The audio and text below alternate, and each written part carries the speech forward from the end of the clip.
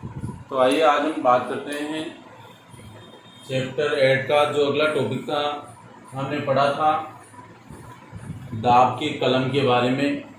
पढ़ रहे थे हम यहाँ पर दाब कलम के 4 प्रकार की होती है। साधारण दाब कलम, मिश्रित सर्पिला दाब कलम, माउंट स्टूल ढेरी दाब कलम। नंबर 4 है हवाई दाब कलम, मारकोटे, चाइनीज या गुटी लेयरिंग या दाब कलम भी इसको कहा जाता है। आज इस वीडियो में हम बात करेंगे मिश्रित या सर्पिला दाब कलम क्या होती है। देखिए कभी कभी पौधे की लंबाई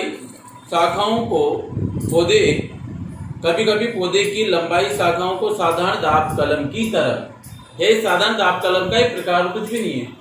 उसकी जगह इसमें क्या होता है कि मुख्य जो मार्ग पौधा होता है उसकी एक शाखा ली जाती है। वो शाखा ऐसी होनी चाहिए लचीली जो जमीन के संपर्क में आ जाए।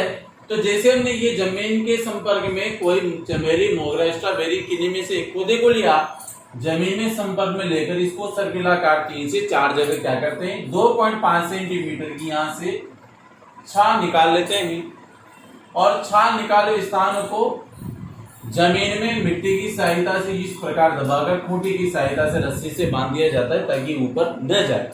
फिर इसको ऊपर इसी प्रकार से घुमाकर फिर 2.5 सेंटीमीटर की छाल निकालनी है।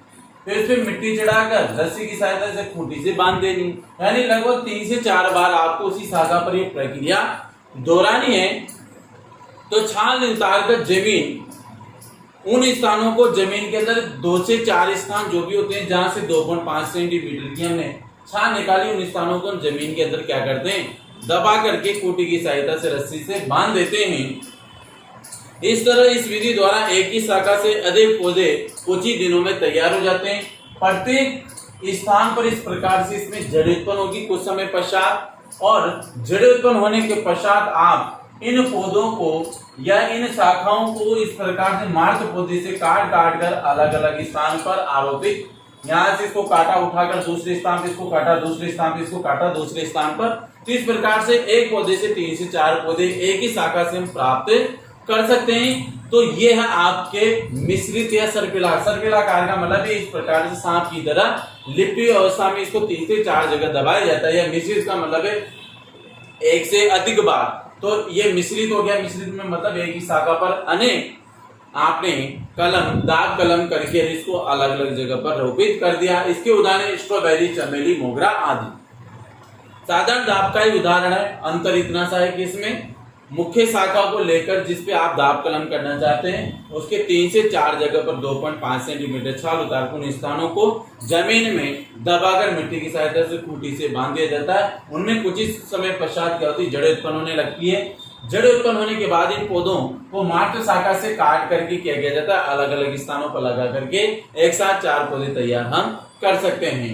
इसके बाद हम बात करते हैं माउंट स्टूल या ढेरी दाब कलम या लेयरिंग इसको कहेंगे। इसमें उदाहरण है सेब, लीची, अमरूद आदि। अब इसमें कुछ नहीं है, सेम होगी हुई कंडीशन है। इसमें आपको जो पौधा होता है उस पौधे को सुषुप्ता काल जब वो अंकुरित होकर के उगाए होता है नवनिर्मित पौधा, उसको जमीन के अंदर से आपको क्या करना है 2 से 25 सेंटीमीटर जमीन से काट देना। इस प्रकार से तो रह जाएगा बोना यानी छोटा।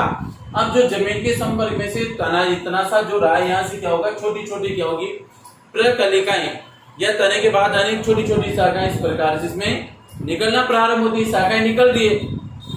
अब जब ये शाखाएं 8 से 10 सेंटीमीटर की हो जाए, अभी इन शाखाओं की लंबाई कितनी होगी 8 से 10 सेंटीमीटर। तो ये क्या होगी जमीन के संपर्क में उठ जाएगी। तो 8 से 10 सेंटीमीटर के होने पर जैसे शाखा जमीन के संपर्क में आएगी तो उसको क्या करना है जमीन में संपर्क आई शाखा से आपको क्या करना है उस शाखा के ऊपर आपको मिट्टी चढ़ा देनी। जैसे कि मैंने शाखा को जमीन के संपर्क में लिया, इसके ऊपर हमने मिट्टी चढ़ा दी।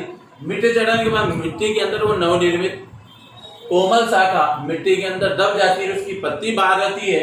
कुछ समय पश्चात यहाँ से क्या होगा प्रत्येक शाखा से क्या होगी जड़ें। जैसे तो मैंने एक बताई इसमें अनेक शाखाएं हैं, इससे जड़ें निकलना प्रारंभ होगी।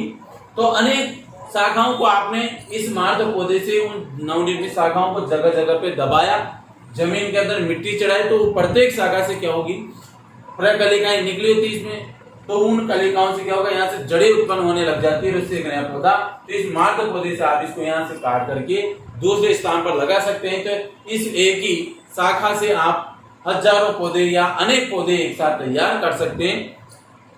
ऐसा करने पर शाखाओं से जड़ें निकलने पर प्रत्येक को काट काट कर दूसरे स्थान पर लगा दिया जाता है। जिसे एक शाखा फिर ये वाली इधर आई, इसको मैंने जमीन के अंदर यहाँ पे दबा दिया, यहाँ से फिर इसमें जड़ें उत्पन्न हुई, इसको काट कर दूसरे स्थान पर। तो इस प्रकार से अनेक पौधों को तैयार एक साथ किया जा सकता है। इसलिए इसको माउंट स्टूल या ढेरी दाब कहते हैं। ढेरी का मतलब इस पे हमने जो शाखा आई, इस शाखा को क्या किया, जमीन के अंदर दबा दिया।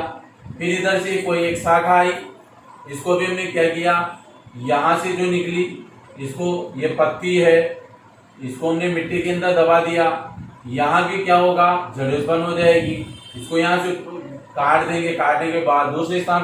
तो इस पौधे से जो नवनिर्मित शाखा है उनको जमीन के अंदर दबा देने से या मिट्टी चढ़ा देने से, यहाँ से जड़ उत्पन्न होने से नए पौधे तैयार किया जा सकता है। इसलिए इसको माउंट स्टूल या ढेरी दाब भी कहते हैं, कि ढेरी बनाकर मिट्टी का उस पर दाब लगाया जाता है और वहां एक जड़ उत्पन्न हो जाती है, इसलिए इसको ढेरी दाब भी कहा जाता है। सेब, लीची, अमरूद जैसे पौधों के अंदर आप इस विधि को अपना सकते हैं। इसके बाद हम बात करते हैं हवाई दाब या मार्कोटेज, चाइनीज या गुटी लेयरिंग भी इसको कहा जाता है। अब बताऊं ये विधि कहाँ अपनाई जाती है।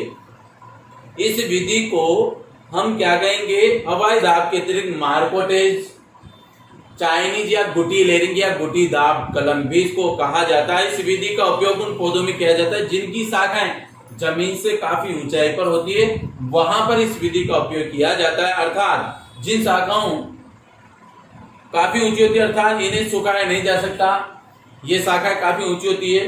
इस विधि में 1 वर्ष पुरानी शाखा आपको लेनी, जो ऊपर है ऊंचाई पर, उस पर आपको 2.5 सेंटीमीटर क्या करनी, छाल हटाकर उस पर क्या होगा, स्पेगनम मोस घास जो आती है या फिर बोरी टाट की सहायता से आपको क्या करना है, यहाँ से 2.5 सेंटीमीटर छाल आपने हटाई, मोस टाट बोरी जो भी है उससे आपने इसको चारों ओर लपेट करके बांध दिया, रस्सी की सहायता से बांध दिया। अब यहाँ पे क्या होगा, मोस है, घास है, इसके बाद इसमें बोरी का टाट है, इसमें क्या होगा, धीरे धीरे यहाँ से इसके अंदर ही जड़ उत्पन्न होने लग जाती है। कुछ समय बाद से शाखा से क्या होगी, जड़ें निकलना यहाँ से प्रारंभ हो जाती है। इसके बाद इस शाखा को आप यहाँ से काट कर, जो ऊपरी शाखा थी इसको यहाँ से काट कर दूसरे स्थान पर आप रोपित करके एक नया पौधा विकसित कर सकते हैं। तो आपके एक ही पौधे पर जो इस प्रकार की 1 वर्ष पुरानी शाखा है, प्रत्येक शाखा पर आपको 2.5 सेंटीमीटर छाल हटाकर स्पेगनम मोस घास या बोरी का टाट या जो भी होता है उसको लपेट कर आप चारों ओर से इस पे हल्का हल्का पानी का छिड़काव करते रहे। कुछ समय पश्चात यहाँ से जड़ उत्पन्न हो जाएगी। जब जड़ उत्पन्न हो जाती है, इसको मार्ग पौधे से अलग करके दूसरे स्थान पर लगा दिया जाता है। तो इस पौधे पर अनेकों 1 वर्ष पुरानी बहुत सारी शाखाएं होंगी, उन प्रत्येक शाखा पर आप इस विधि का उपयोग करके और अनेक पौधे तैयार कर सकते हैं। इसमें नींबू, अमरूद, आम आदि का, यानी इन पौधों के अंदर आप इस विधि का उपयोग कर सकते हैं। तो आज हमारा इस वीडियो के अंदर समाप्त होता है आपके दाब कलम के चारों प्रकार, और आपको समझ में आ गए होंगे। अगले वीडियो में हम समझेंगे इसमें आपके उपरोह बंधन, यानी जिसको हम कहते हैं बडिंग, और बडिंग की भी कई प्रकार की विधियां जिसके बारे में विस्तार से अध्ययन करेंगे अगले वीडियो में। आज के लिए इतना ही काफी है। Thank you so much.